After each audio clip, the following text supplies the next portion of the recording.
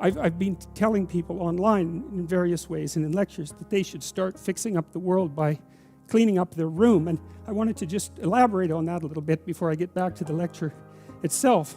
So, as it's become this weird internet meme, and it's a joke, and good, it's a joke. I'm really happy about the fact that so much of this has got like the leaven of humor in it. It's really important, because that's what stops things from degenerating into conflict, humor. And I was thinking about this idea of cleaning up your room in relationship to the mustard seed idea. And you see, the thing about cleaning up your room, this is also something I learned from Carl Jung and his studies on alchemy, because for Jung, when the alchemist was attempting to make the philosopher's stone, he was not only engaged in the transformation of the material world, but he was engaged in the process of self-transformation that occurred at the same time as the chemical transformation. So it was a psychological work in some sense. Let's say you want to sort out your room and beautify it, because the beauty is also important. And let's say that all you have is just a little room, like you're not rich, you're poor. And you don't have any power, that's another thing. But you've got your damn room, and you've got this space right in front of you, that's a part of the cosmos that you can come to grips with. And you might think, well, what's there in front of you, right in front of you? And the answer to that is, it depends on how open your eyes are. That's the proper answer, because you could say, and William Blake said this, for example, and Aldous Huxley made comments that were very similar, that in a transcendent state you can see infinity in the finite. And you might say, well, you can see infinity in what you have within your grasp if you look, and you could say maybe that's the case with your room. And so you want to clean up your room. Well, okay, how do you do that exactly? Well, a room is a place to sleep. And so if you set your room up properly, then you figure out how to sleep and when you should sleep and how you should sleep. And then you figure out when you should wake up. And then you figure out, well, what clothes you should wear, because they have to be arranged properly in your dresser. And then you have to have some place to put your clothes. And if you're going to have some clothes, you have to figure out what you're going to wear those clothes to do, right? And then that means you have to figure out what you're going to do. And then your room has to serve that purpose, because otherwise it isn't set up properly. And if it doesn't serve your purposes, you will be unhappy and not happy in the room, because the way that we perceive the world is as a place to move from point A to point B in. And then if the place that we're in facilitates that movement, then we're happy to be there. And if the place that we're in serves as an obstacle to that movement, then we're unhappy to be there. And so what it means to set up your room is that you have to have somewhere to go that's worthwhile, or you can't set up your room. And then your room has to be set up to facilitate that. And then the next thing is, well, maybe you have to make it beautiful.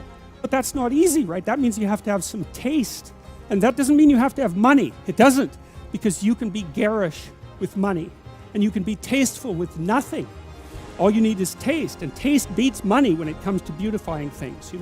Not that money is trivial, because it's not, but taste is crucial. And people who are very artistically oriented can make beautiful things out of virtually nothing. And not only that, the literature suggests that if you're going to make beautiful things, putting real constraints on what you allow yourself to do facilitates creativity instead of interfering with it. Because let's say you have to make something out of nothing, right? Which I suppose would be a godly act, right? You have to make something out of nothing. You have to be creative in order to do that. And so then to beautify your room means that you also have to develop your capacity to be creative. And so then you can make your room shine. But then what will happen is that if your family isn't together, they will interfere with that. You'll interfere with that, because you won't have the discipline to do it properly. But then when you start building this little microcosm of perfection with what you have at hand, then it'll evoke all the pathologies of everyone in your household. They'll wonder what the hell you're up to in there. And they won't necessarily be happy, because if they're in a lowly place, let's say, and so are you, and you're trying to move out of that, then the higher you move out of that, the more the place they're in looks bad. And you might say, well, what they should do is celebrate your victory over chaos and evil, but that isn't what will happen. What will happen instead is that they will attempt to pull you back down. They'll attempt to, and I mean, obviously all families don't do that, but all families do that to some degree, and some families do almost nothing but that. And so what that means is that if you're going to organize your room, then you're going to have to confront the devils in your house. And that's often a terrifying thing, because some of those devils have have lineages that go back many, many, many generations. And God only knows what you have to struggle with in order to overcome that. And so to sort yourself out and to fix up your room is a non-trivial matter, you know. And you can do that. You'll learn by doing that, and then maybe you'll learn enough by doing that so that you can fix up your family a little bit, and then having done that, you'll have enough character so that when you try to operate in the world at your job or maybe in the broader social spheres, that you'll be a force for good instead of harm, because you'll have learned some humility by noting just how difficult it was to put your damn room together, well, and yourself for that matter. And so you'll proceed cautiously with your eyes open towards the good.